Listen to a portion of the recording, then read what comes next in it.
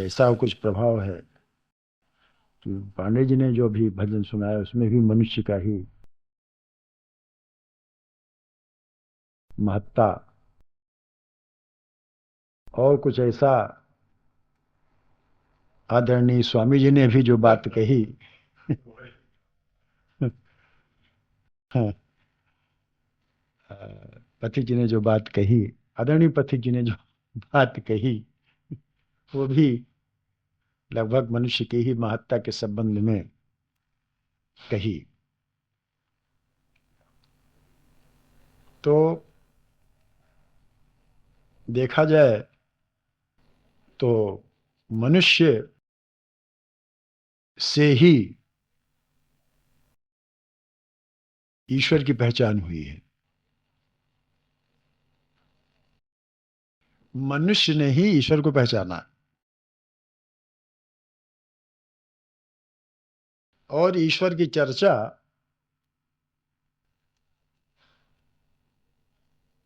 मैं समझता हूं कि मनुष्य से इतर जितनी योनियां हैं, अन्य योनियां, जानते भले हों ईश्वर को, ईश्वर की सत्ता का अनुभव और ईश्वर के संबंध में ईश्वर की पहचान जो दी वो मनुष्य ने दी कि ईश्वर है। अन्य योनियां जितनी हैं, या तो वो भोग योनियां हैं, भोग योनियां है ही हैं, चाहे वो देव योनि हो, वो भोगों की बहुलता के कारण ईश्वर को भूल जाते हैं।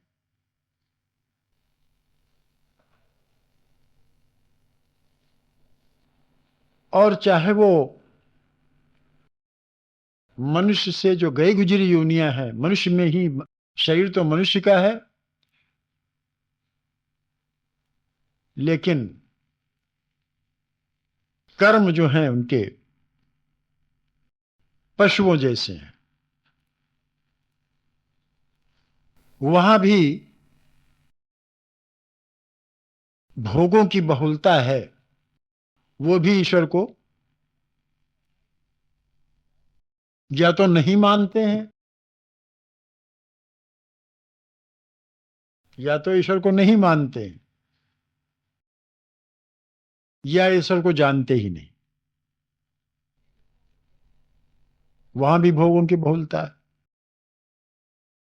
लेकिन एक मनुष्य योनि ही ऐसी योनि है जो कि ईश्वर को जानता है, ईश्वर को मानता है, ईश्वर को जानता है और ईश्वर को मानता है और ईश्वर में विश्वास करता है और ईश्वर में श्रद्धा रखता है। ये अन्य किसी योनि में नहीं है।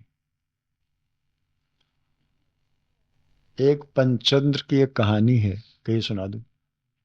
पंचतंत्र की एक कहानी है कि एक जंगल, वो वहां जंगलों की कहानी है, वहां पंच है, पता नहीं हमें, पता नहीं कहाँ का है। हाँ। हमको 6 बार दिखाई दी। अच्छा। आते थे हमारे घर पे। ना अलग धर्म होता है। और धर्म कहां से बनते हैं? कर्मों से बनते हैं। धर्म कहां से बनते हैं? तो कर्म से बनते हैं। तो कर्म जो है, कर्म ही हमारे धर्म बन जाते हैं। तो कर्मों में धर्म, वचनों में न्याय या सत्य, मन में सत्य, या उलट दीजिए, आप ये भी कर सकते हैं, मन में भी न्याय होनी चाहिए। जो मन में होता है वो सामने आता है, कि कभी नहीं कभी सामने आएगा।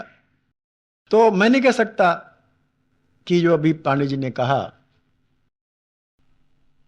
भगवान की वाणी, मैं उसको काट सकता नहीं, उसका अपवाद कर सकता नहीं, भगवान की वाणी। लेकिन जहां तक मैं समझता हूं कि वचनों में भी धर्म का यही महत्व होगा वचन, क्योंकि वचन भी एक क्रिया है। वचन अर्थात वाणी, अर्थात बोलना। बोलना भी एक प्रकार का कर्म है। बोलना भी एक प्रकार की क्रिया है या कर्म है। वैसे जो भगवान हाँ, सार सार को गहल है और थोथा दे थोड़ा। मतलब ये बात उस बात पर है, आपने जो कहा कि जैसे आपने कहा कि कोई हाँ। अगर गाली भी देता है तो क्या वो भी भगवान की वाणी समझना चाहिए? जितना हमारे मतलब का है उतना दे दिया बात। अब शब्द जो है वो हमारा मानसिक विकार है। अब शब्द जो हम निकालते हैं वो हमारे मानसिक विचार के द्योतक हैं। जो मानसिक विकार हमारे अंदर है उनके द्योतक हैं अपशब्द। अपशब्द ये हमारे मानसिक विकार के द्योतक हैं। जिनके अंदर मानसिक विकार हो जाता है वो अपशब्दों का प्रयोग करते हैं। फिर कभी बताएंगे। अच्छा, खैर, तो जो हम ये कहना चाह रहे थे आज आपके सम्मुख कि हम चूंकि इंसान हैं, हम आदमी हैं, हम मनुष्य हैं, और हमारे द्वारा ही भगवान की पहचान हुई है। भगवान है ये पहचान किसने की? मनुष्य ने। और किस आधार पर की? जिसने वेदों की रचना की, इंसान ने नहीं की। इंसान तो माध्यम बना। इंसान तो माध्यम बना। वाणी तो भगवान की ही है। वेदों की हमारे यहां वाणी तो भगवान की ही है। माध्यम कौन बना? इंसान। इंसान के माध्यम से ज्ञान का प्रसार किया गया, इसको कहते हैं वेद। इंसान के माध्यम से भगवान ने जो ज्ञान बांटा, जो ज्ञान का प्रसार किया गया, उसका नाम है वेद। पहले श्रुत थे, अब लिपिबद्ध हैं। श्रुत माने सुने हुए थे। हमने एक दूसरे सुनाया, आपने हमको सुनाया, हमने फिर आपको सुनाया। इस दर पीढ़ी सुनते चले गए। लिपि नहीं थी पहले, लिप बहुत बाद में आई। जब लिप में आई तब वो लिखे गए। पहले ब्राह्मी लिपि में लिखे गए, उसके बाद संस्कृत में लिखे गए। संस्कृत पहले ब्राह्मी लिपि थी, उसके बाद जो संस्कृत, उसके बाद आजकल देवनागरी लिपि है। तो अब चूंकि हम आदमी हैं, इंसान हैं, और भगवान को जानते हैं, भगवान को मानते हैं, और भगवान है ये सिद्ध किया जा चुका है। ये सिद्ध हो चुका है कि भगवान है कहीं ना कहीं। हमारे देव पुरुषों ने, हमारे बुजुर्गों ने, ऋषियों मुनियों ने तमाम उदाहरण दे करके, प्रत्यक्ष प्रमाण दे करके ये सिद्ध किया कि परमात्मा या ब्रह्म का अस्तित्व है। और ये जो कुछ दिखाई दे रहा है, सारी सृष्टि जो है, ये ब्रह्म का ही विस्तार है। और बहुत ही वैज्ञानिक ढंग से सिद्ध किया है कि ये विस्तार प्राकृति और प्रलय, कृति और लय, ये इसका सिलसिला चलता रहता है। सब लय हो जाता है, मिटता नहीं है। मिटता नहीं है, नष्ट नहीं होता, बल्कि लय हो जाता है। और फिर वो कृति चलती है, फिर बनता है, फिर लय होता है, मिटता कहीं नहीं है। ठीक है ना? इसलिए ये भी सिद्ध होता है कि ईश्वर भी जो है कभी मिटता नहीं। ईश्वर हमेशा रहता भी। अभी स्वामी जी भी यही कह रहे थे, ईश्वर हमेशा रहता। एक वो तत्व है जो कभी मिटता नहीं। संसार तो मिटता बनता बदलता रहता है, शरीर मिटते बदलते रहते हैं, लेकिन शरीर वाला कभी न मिटता है, न बदलता है, न आता है, न जाता है, एक जगह रहता है, टिका हुआ। सब पूर्ण ये सारा संसार भगवान सच्चित आनंद घन है, घनता से भरा हुआ है। घनता मतलब उसमें कहीं पोल नहीं है कि हाँ कहीं पोल हो, सघन है। तो इसलिए हमारे कुछ कर्तव्य बनते हैं भगवान को जानने के उपलक्ष्य में कि हमारे अंदर भगवान है, भगवान सब कहीं व्याप्त है, परमात्मा है, सब कहीं व्याप्त है, हमारे अंदर भी परमात्मा ही का अंश बोल रहा है। परमात्मा के अंश के सहारे ही हम चल रहे हैं, बोल रहे हैं, देख रहे हैं, सुन रहे हैं। क्योंकि वो चीज जब निकल जाती है तब ये शून्य हो जाता है, सब कुछ नहीं कर सकता। वो चीज जब निकल जाती है, जिस वस्तु के या जिस तत्व के अंदर रहने से सारी क्रियाएं हम करते हैं, सारे धर्म हम मानते हैं, सारे कर्म हम करते हैं, वो चीज जब निकल जाती है तो ये शरीर निष्क्रिय हो जाता है। ये तो देखने में सिद्ध होता है। जिसके माने कोई वस्तु अंदर थी, कोई तत्व अंदर था जो कि निकल गया, अब हम निष्क्रिय हो गए। वही तत्व कौन है? वो तत्व है परमात्मा। वो तत्व है परमात्मा। और परमात्मा का अंश हमारे अंदर, सबके अंदर है। जैसे आग, हमने कई बार उदाहरण से आग और आग की चिंगारी, वैसे परमात्मा और परमात्मा का अंश सबके अंदर है। तो परमात्मा है, ये सिद्ध हो चुका है, परमात्मा है। और आप सबको मानना चाहिए परमात्मा है, इंसान होने के नाते। जानवर न माने कोई हर्जा नहीं, वो मान सकता नहीं, उसकी रीति नहीं है, उसके कुल में ऐसी रीत नहीं कि वो इंसान को, भगवान को माने। हमारे अंदर ऐसी रीत कि हम भगवान को माने, भगवान को जाने। तब हमारे कुछ कर्तव्य बनते हैं। इंसान होने के नाते हमारा कुछ धर्म बनता है। कर्तव्य और धर्म में थोड़ी बहुत महीन लकीर है। कर्तव्य और धर्म के बीच में बहुत ही महीन रेखा है। ये हमारा धर्म है, ये हमारा कर्तव्य है। ये हमारा धर्म है और ये हमारा कर्तव्य है। थोड़ी सी महीन रेखा ऐसी है कि धर्म तो व्यापक शब्द है। धर्म का जब हम कहते हैं तो बहुत व्यापक अर्थ में ले लेते हैं, और कर्तव्य जब कहते हैं तो अपना मतलब उसमें समुचित अर्थ में हो जाता है कि हमारा कर्तव्य है। लेकिन धर्म और कर्तव्य के अर्थ में कोई विशेष अंतर नहीं है। जो हमारा कर्तव्य वही हमारा धर्म है, जो हमारा धर्म वही हमारा कर्तव्य है। तो मनुष्य होने के नाते हमारे कुछ कर्तव्य हैं। वो ये कि अगर हम मनुष्य हैं और परमात्मा को मानते हैं, परमात्मा को जानते हैं और परमात्मा को मानते हैं, परमात्मा पर श्रद्धा और विश्वास है हमारा, और हम काहे के लिए यहां आए हैं, हमारा जन्म मनुष्य योनि में क्यों हुआ है, मनुष्य योनि में, पशु योनि में क्यों नहीं चले गए, देव योनि में क्यों नहीं चले गए, मनुष्य योनि में ही क्यों हुआ है। कबहू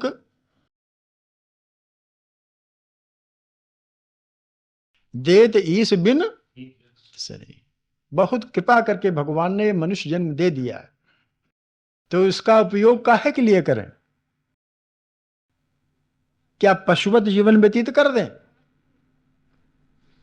अब विवेक दे दिया है, मनुष्य जन्म दिया और उसके साथ विवेक दे दिया है, तो विवेक से काम लें। तो कर्तव्य हमारा ये है, धर्म हमारा ये है। हमको चाहिए ये कि हम अपने को पहचाने, अपने समाज को पहचाने, अपने धर्म को पहचाने। मनुष्य ने विवेक काहे के लिए दिया?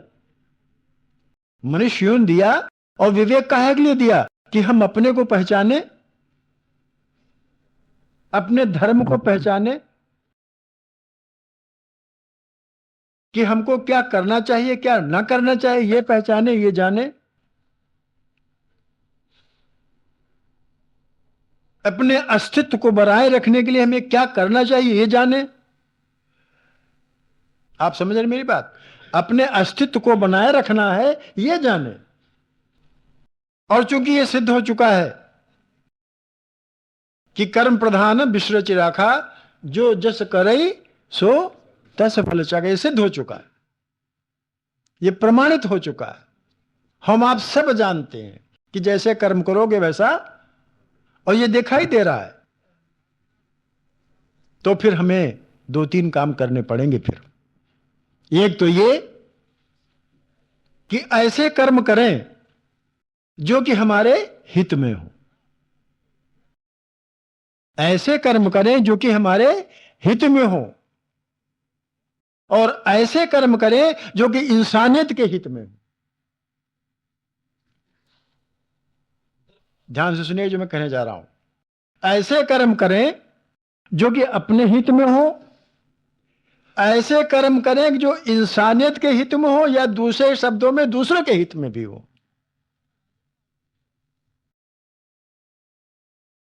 परहित सरिस, ध्यान दीजिए जो हम कहने जा रहे हैं। कर्मों में धर्म। गोस्वामी जी ने लिखा है कि परहित सरिस धर्म नहीं भाई। और विवेक हमारा कहता है, भगवान ने विवेक इसीलिए दिया है कि अपना हित करो, ऐसे कर्म करो कि जिसमें अपना हित हो। आगे आने वाला जो जन्म है, ये तो शरीर मिल गया, इसके दुख सुख तो हम भोग ही रहे हैं। इस शरीर जो मिला हुआ है, इसके सुख और दुख दोनों हम भोग रहे हैं। अब आगे आने वाला जो शरीर मिलेगा, क्योंकि शरीर तो छूट जाएगा, आगे वाला निश्चित रूप से मिलेगा। यह सिद्ध हो चुका है, कटु सत्य है कि ये शरीर बदलते रहते हैं। जब तक प्रलय नहीं होगी, जब तक लय नहीं होगा, जब तक शिष्य का लय नहीं होगा, तब तक ये शरीर बदलते रहेंगे, चलते रहेंगे, चलते रहेंगे। आज इस शरीर में है, कल दूसरी शरीर में पहुंच जाएंगे। लेकिन शरीर वाला कभी नहीं बदलेगा, शरीर वाला वही रहेगा। तो क्यों ना हम अपने शरीर वाले को पहचाने। ये हमारा धर्म है, ये हमारा कर्तव्य है कि अपने शरीर वाले को पहचाने, इस शरीर की रक्षा करें, क्योंकि इस शरीर से ही धर्म करना है हमें। शरीर ही नहीं रहेगा, धर्म क्या करेंगे। शरीर की रक्षा करें, शरीर को पहचाने, शरीर वाले को जाने, अपना हित करें, दूसरे का हित साधें,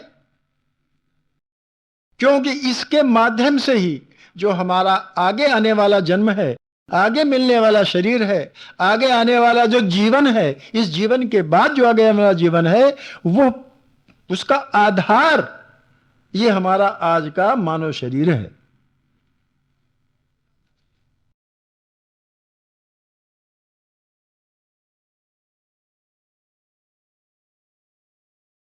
इसको जानें, इसको समझें, इसके बारे में हम आप सत्संग में बातचीत करें।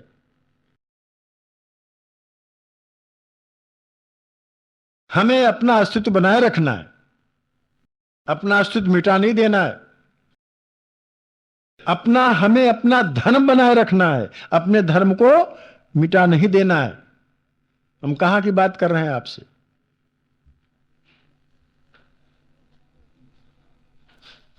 जो हमारे अस्तित्व को मिटा देना चाहते हैं, जो हमारे धर्म को मिटा देना चाहते हैं, जो हमारे वजूद को नष्ट कर देना चाहते हैं,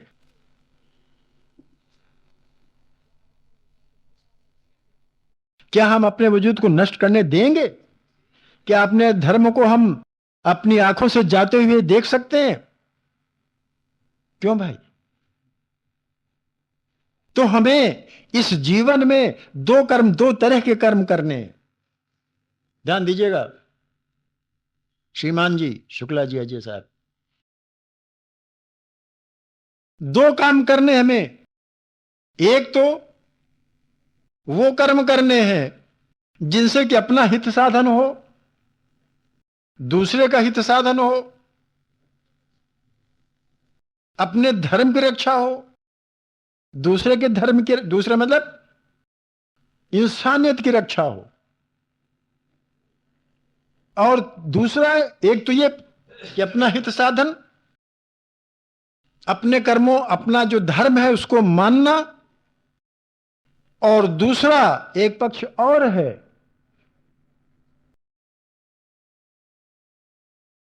जो इस धर्म को मिटा देना चाहते हैं, उनके पास सावधान रहना।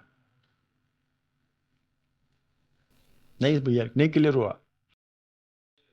अपना धर्म साधना, अपना कर्तव्य करना, अपने शरीर की रक्षा करना, भगवान को मानना, पूजा करना, जो कुछ धर्म साधन सब करें। एक पक्ष तो ये है। दूसरा पक्ष वो है, मैं अपनी बात नहीं, गीता की बात कर रहा हूं। 3रे अध्याय का 35वां श्लोक।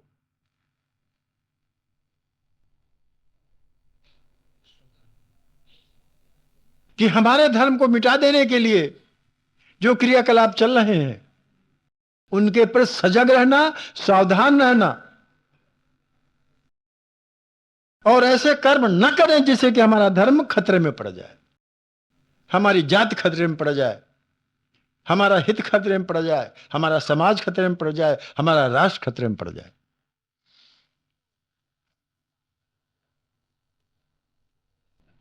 ठीक है भैया, मैं अपनी विचारधारा बता रहा हूं। अगर हम ऐसा नहीं करेंगे, केवल हम एक ही पक्ष देखेंगे, केवल हमारे जो है, देखिए अपना इतिहास उठा के देखिए, अपना इतिहास उठा कर अगर हम देखते हैं तो ये दोनों कर्म हमारे बुजुर्ग कर चुके हैं। ये दोनों कर्म हमारे बुजुर्ग कर चुके हैं कि अपने धर्म की रक्षा की, अपने अस्तित्व की रक्षा की, अपना हित साधन किया, दूसरे का हित साधन किया, और साथ साथ अपना जो धर्म है, अपना जो कर्तव्य है, अपनी जो संस्कृति है, अपनी जो सभ्यता है, उसको अक्षुण्ण बनाए रखा, और उसको अपने ही देश में नहीं, अपने तक ही नहीं, दूसरों को पहुंचाया कि देखो ये सत्य का मार्ग है, देखो ये धर्म का मार्ग है, देखो ये भगवान का मार्ग है, देखो ये परमात्मा का मार्ग है, देखो ये अपने मानवता का, या अपने क्या नाम कहना चाहिए कि अपने उद्धार का मार्ग है। आप जो दूसरे धर्म देख रहे हो, हमने पढ़ा हुआ, हमने सुना हुआ है कि श्रीमान ईसा मसीह जी 12 साल गायब रहे, वो हमारे हिंदुस्तान में रहे, यहां से सीख गए तो अपना धर्म फैलाया। 10 कमांडमेंट्स उनके जो है, आप अपने धर्म उठा के देख लीजिए, वही उनके कमांडमेंट्स हैं, 10 जो उनके वो हैं। मोहम्मद साहब भी कुछ साल गायब रहे हैं, उनका पता नहीं कहां रहे, वो हिंदुस्तान आए थे, यहां से सीख के गए हुए।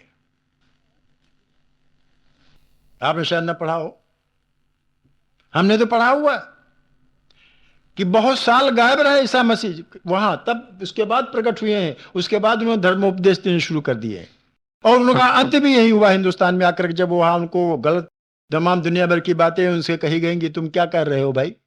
तो उनको जो सूली पर लटकाया गया, तो योग शास्त्र चूंकि जानते थे, वो यहां से योग सीख के गए थे। हाँ, उनका है समाधि, उनकी वहां है, तो वहां से लुप्त हो गए। जब उनको हिस्ट्री पढ़ी होगी आप सबने, हमने पढ़ी, आपने भी पढ़ी होगी, वो गायब हो गए वहां के, वो उनका मिला नहीं शरीर, वो हिंदुस्तान आ गए थे, वहां से वो योग साधना की उन्होंने, तो मरे नहीं, मगर शरीर गायब हो गया, मिला नहीं उनका शरीर, वो हिंदुस्तान चले आए थे, यहां बहुत दिन तक रहे। अरे वो छोड़ दीजिए, अभी जो साईं बाबा हुए हैं आपके, कौन, सत्य साईं बाबा, शिरडी वाले नहीं, सत्य साईं बाबा, वो भी बहुत वर्षों तक गायब रहे। नहीं, शिरडी वाले साईं बाबा, वो भी बहुत वर्षों तक गायब रहे, कई वर्षों तक वो साधना करते रहे, उसके बाद प्रकट हुए आकर के। मेरे भाई, ठीक इसी प्रकार से हमारे सुखदेव जी महाराज प्रकृति के गोद में, गुहा में चले गए, प्रकृति की गोद में गए, प्रकृति के गर्भ में गए, गर्भ मैंने गोद में,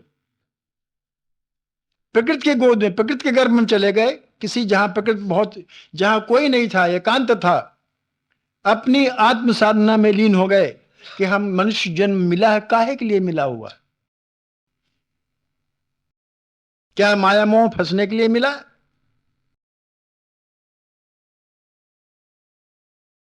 ये आत्मचिंतन, आत्म साधना 12 वर्ष तक करते रहे, किसी एकांत गर्भ, गर्भ मतलब प्रकृति के गर्भ में बैठे हुए। और जब उनको ये बिल्कुल निश्चित हो गया कि अब मेरे अंदर माया मोह नहीं व्याप्त होगी, आत्मचिंतन करते करते, अभ्यास करते करते, तप करते करते, योग सिद्ध जब उनको हो गया, तब वो बाहर निकले और उन्होंने इस बारे में उपदेश देना शुरू किया। ऐसी हमारे कथा मिलती है। अभिमन्यु कथा आपने पढ़ी होगी, सुनी होगी। क्यों गर्भ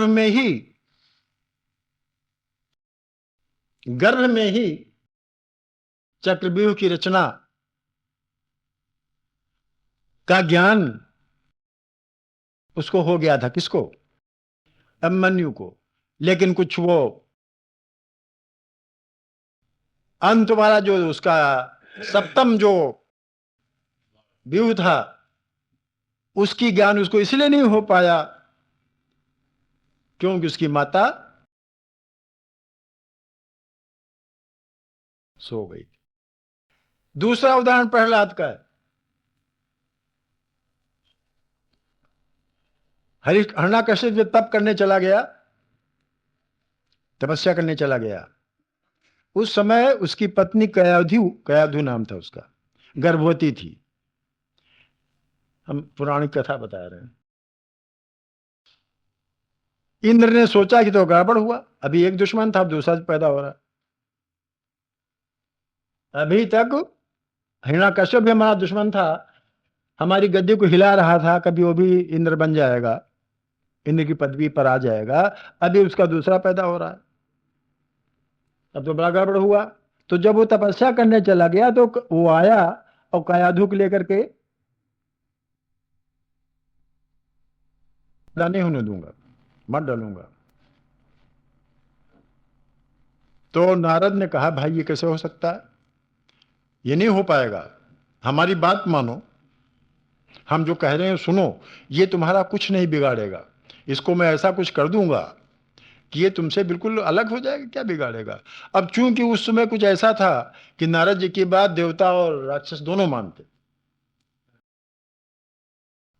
तो उन्होंने कहा अच्छा चलो छोड़े देता हूं, आपकी बात मान लेता हूं, आप नारद हैं, मैं आपकी बात मान लेता हूं, उसको छोड़ देता हूं, लेकिन अगर उसने किया तो आप जिम्मेदार होंगे। उन्होंने कहा हाँ मैं जिम्मेदार हूं। और उन्होंने जाके एक ऋषि की कुटिया में कयाधु को रखा, प्रहलाद गर्भ में थे, वहां उन ऋषि ने और स्वयं नारद जी ने हरि कथा सुनाई। प्रहलाद गर्भ में थे, वहीं पर उनको सुनते सुनते, भगवान की चर्चा सुनते सुनते उनको भगवान के प्रति लगाव हो गया। पुराण कथा बता रहा हूं, और ऐसा पॉसिबल है, मुमकिन है, होता है। तो वो जब जब गर्भ में ही उन्होंने भक्ति प्राप्त कर ली, ज्ञान प्राप्त कर लिया, सुन करके ऋषियों मुनियों की वाणी, नारद की वाणी सुन करके, वही जब बाहर निकले, जन्म जब हुआ, मैं उनकी भाषा बोल रहा हूं, तब वो फिर चूंकि उनके पास गर्भ में ही उन्होंने सब सारी व्यवस्था, सारा इतिहास, सारी भक्ति की बातें सुन रखी थी, तो अंदर उनके अंदर वही प्रवेश कर गया और वही भक्ति राम के प्रति या भगवान के प्रति हो गई, जिसको फिर हिरण्यकश्यप भी छुड़ा नहीं पाया। कहते हैं बचपन में जो संस्कार पड़ जाते हैं, इसीलिए हमारे यहां गर्भाधान संस्कार की प्रथा है, और उसको कोई जानता नहीं, होने चाहिए। तो वो संस्कार कभी मिटते नहीं हैं, बल्कि बढ़ते जाते हैं। तो यही हाल हमारे सुखदेव जी महाराज का हुआ। हमने आपसे कहा तो मैं बताऊंगा आपको वो कथा, कथा के पीछे क्या व्यथा है। कहा था आपसे, वादा किया था। तो 12 साल तक, पहले अमर कथा से क्या मतलब है? वो कथा जिसको कि सुन करके आदमी, शरीर तो अमर होता नहीं, आज तक कोई अमर नहीं शरीर से हुआ, आज तक शरीर से कोई अमर नहीं हुआ है, लेकिन ज्ञान से और नाम से तो अमर हो ही जाता। क्यों भाई? तो वो कथा कौन सी है? भगवान की लीलाएं।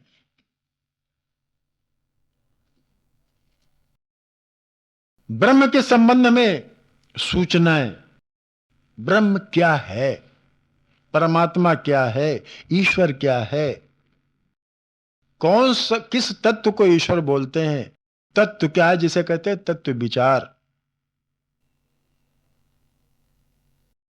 जो उस तत्व को समझ गया, जिसने उस तत्व को मालूम कर लिया, जिस तरीके से भी मालूम कर लिया, जो तत्वज्ञ हो गया वो अमर हो गया। भाई हमारी एक शब्द में, जो तत्वज्ञ हो गया वो अमर हो गया। और तत्वज्ञ कब होता है? तत्व कब जानता है? तत्व कैसे प्राप्त होता है? जब कोई अमर कथा कहता। अमर कथा क्या है? विभिन्न प्रकार के उदाहरणों से, जैसे हमने अभी उदाहरण दिया सिंह सिंघनी का, विभिन्न प्रकार के उदाहरणों से उस तत्व को जो सिद्ध कर देता है। 3 चीजें होती हैं: साधक, साधना और साध्य। साधक, साधना और साध्य, 3 चीजें होती हैं। साधना, साधक और साध्य, 3 चीजें होती हैं। अब साधना और साधक और साध्य, पहले 3 होते हैं, उसके बाद साधना मिट जाती है, सिर्फ 2 बचते हैं। साधक रहता है और साध्य रहता है, और उसके बाद साधक भी नहीं रहता, अकेला साध्य रहता।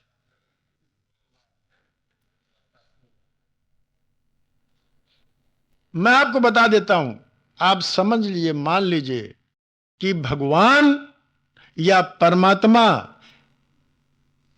मिलता नहीं है।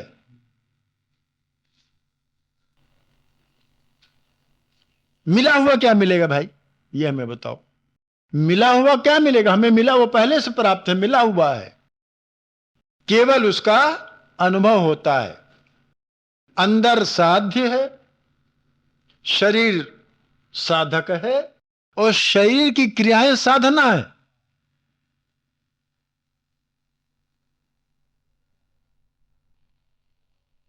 सुन लीजिए, बहुत तथ्य की बात बता रहा हूं। अंदर साध्य है, शरीर साधक है, और शरीर की क्रियाएं साधना है।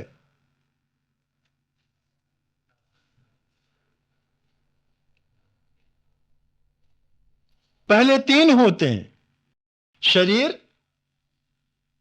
शरीर की क्रियाएं जिनको आपने भी उनको कहा धर्म,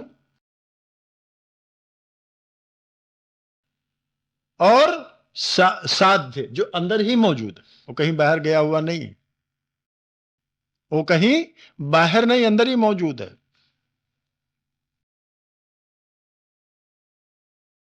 कबीरा मन निर्मल भया जैसे गंगा नीर, और पाछे लागे हरि फिरे कहत कबीर। मन निर्मल कैसे हुआ? किसी क्रिया से नहीं हुआ है मन निर्मल। मन निर्मल भावना से होता है। भगवान किसी क्रिया का साध्य नहीं है। किसी क्रिया से भगवान नहीं मिल सकता है, परमात्मा नहीं प्राप्त हो सकता है, क्योंकि क्रिया से संसार मिलता।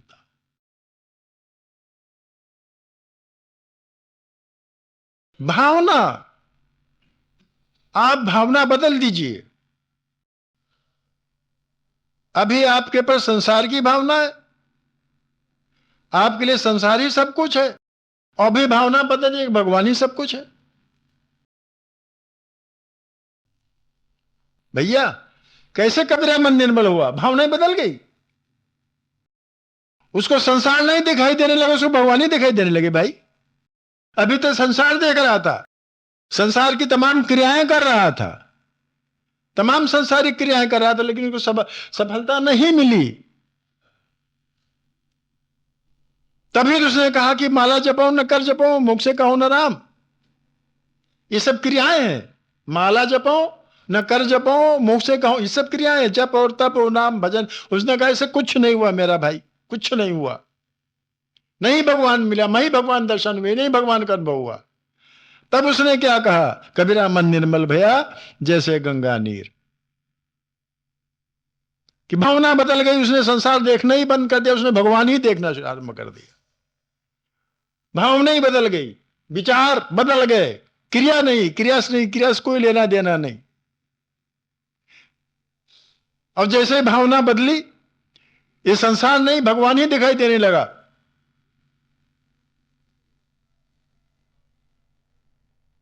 तो भी कहा कि जो कुछ करूं सो पूंजा। तभी तो कहने लगा कि जो कुछ करूं सो पूंजा। विचार बदल गया उसका, जो कुछ करूं सो पूंजा, अर्थात भाव बदल गया। भगवान भाव से भूखे होते हैं, क्रिया के भूखे नहीं भगवान है, भाव के भूखे भगवान है। भावना बदली। अभी तक कौन था? शरीर था, हमें साधक, साधना जिसके माध्यम से साध्य होता है, साधना थी।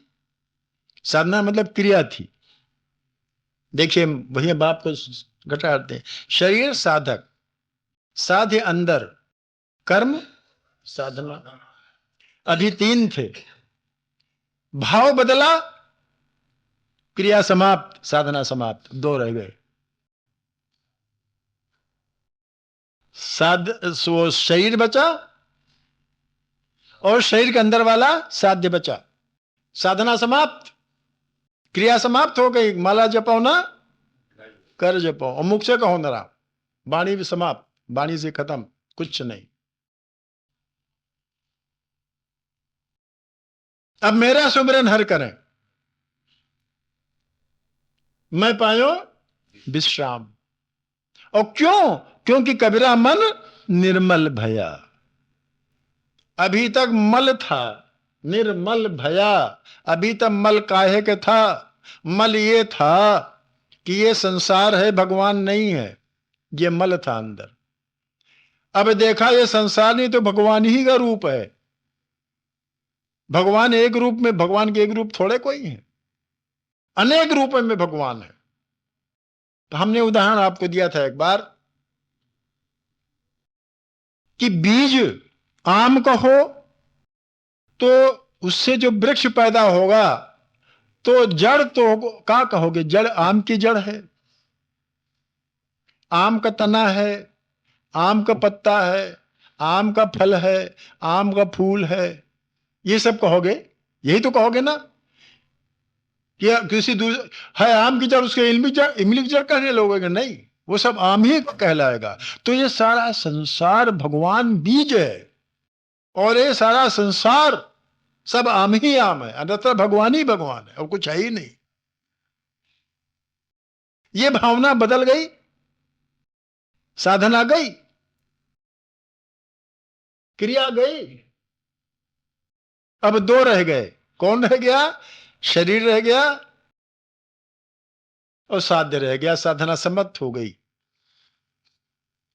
पहले तीन थे, अब दो रह गए।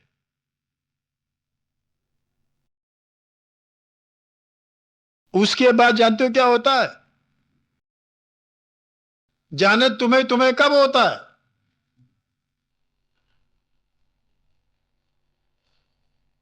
अकेला कब रहता है? जब विदेह हो जाता है आदमी। देह रहते हुए विदेह, देह रहते हुए भी, अर्थात देह से मोह भंग। अभी स्वामी जी बता रहे मोह, मैं अपनी बात नहीं, स्वामी जी की बात कर रहा। जब दो रह गए साधक, तो साधन तो गया, अब दो बचे, साध्य और साधक बचे। और शरीर क्या है?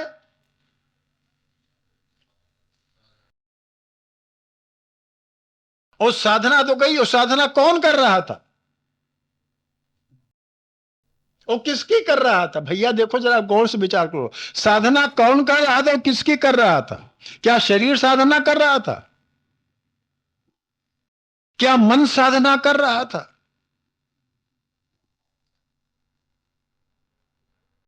और मन अगर है तो किसका विस्तार है? अगर मन भी है तो किसका विस्तार है? अगर मन है तो किसका विस्तार है? आत्मा का ही तो विस्तार मन है। मन जो है वो आत्मा का ही विस्तार है। ये शरीर तो संसार का विस्तार है, प्रकृति का विस्तार है, जड़ का विस्तार है। लेकिन मन जो है वो आत्मा का विस्तार है। अंतःकरण जो है वो आत्मा का विस्तार है वो भी जड़, लेकिन वो आत्मा का विस्तार है। जब वो जो भाव समाप्त हो गया तो शरीर विदय हो गया, शरीर से कोई मोह नहीं रह गया। जब साधना समाप्त हुई, दो ही रह गए। कबीरा मन निर्मल भया जैसे गंगा नीर। और पीछे तब क्या हुआ? पीछे लगे हरि फिरे कहत कबीर कबीर। क्या मतलब हुआ? उस समय शरीर का भाव ही समाप्त हो गया, अर्थात केवल साध्य रह गया, एक साध्य रह गया, परमात्मा ही शेष बचा। सिर्फ परमात्मा, वहां शरीर का भाव ही समाप्त हो गया। जान तुम्हें तुम्हें वही हो गया। भैया ये कुछ दर्शन नहीं समझ में आएगी। तो दो बात आप ध्यान में रखें, हमारी समझ तो हम बहुत विस्तार कह गए, जो हम कहना चाहते थे वो हम नहीं कह पाए भी। वो हम तो इधर दर्शन निकल गए। हम आपसे ये कहना चाह रहे थे कि आप दो रास्ते चुनिए, दो बातें करिए साथ साथ। एक तो जो आप करते हो, अपना धर्म, अपना कर्तव्य, अपनी हित साधना, ऐसे कर्म जिससे अपना धर्म सिद्ध हो, अपना कर्तव्य सिद्ध हो, और परहित सिद्ध हो। परहित सिद्ध हो। देखो भाई, विस्तार हो जाएगा, लेकिन दो संक्षेप में बात बताए जाते हैं। भगवान ने गीता में 3 योग बताए हैं, कर्म योग, भक्ति योग और ज्ञान योग। तो इनके पीछे क्या है? कर्म योग पीछे क्या है, भक्ति योग पीछे क्या है, और ज्ञान योग पीछे क्या है? भक्ति माने समर्पण, भक्ति योग माने पूर्ण रूपेण समर्पण। और समर्पण क्या है? कोई क्रिया है?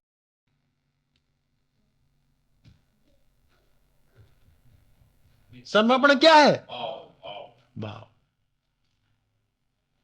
ज्ञान योग माने क्या होते हैं?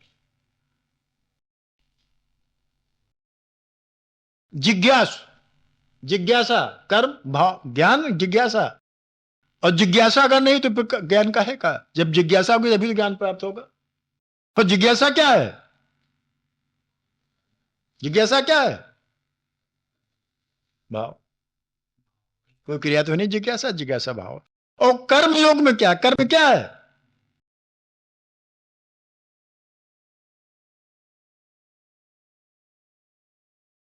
कर्म योग में क्या है?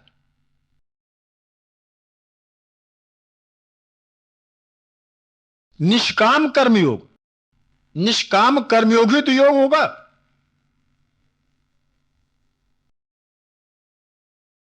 और निष्काम क्या है?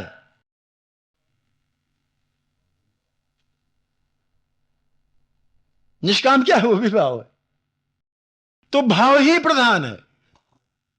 और निष्काम कर्म माने सेवा, निष्काम कर्म माने निस्वार्थ सेवा। जैसे हमारे डॉक्टर साहब, इनका क्या लेना देना है? निष्काम कर्म सेवा।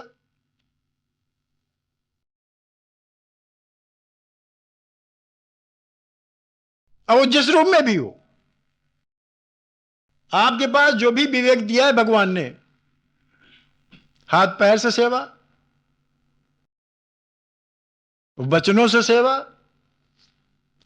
भाई कर्मों से सेवा, वचनों से सेवा, और चाहे जो सेवा। तो परहित सरिस धर्म नहीं भाई। तो कर्म क्या? कर्मयोग क्या है? कर्म संसार के लिए योग। योग माने जुड़ जाना। योग माने जुड़ जाना। और किससे जुड़ जाना? क्रिया से नहीं, भाव से जुड़ जाना। उधर समझे सिद्ध किया। अभी हम इधर से इस दर्शन सिद्ध कर रहे थे, अब हम गीता के दर्शन से आपको सिद्ध कर रहे हैं। योग माने जुड़ जाना। चाहे निष्काम भाव से जुड़ जाइए, चाहे समर्पण भाव से जुड़ जाइए, और चाहे जिज्ञास भाव से जुड़ जाइए। जाने तुम्हें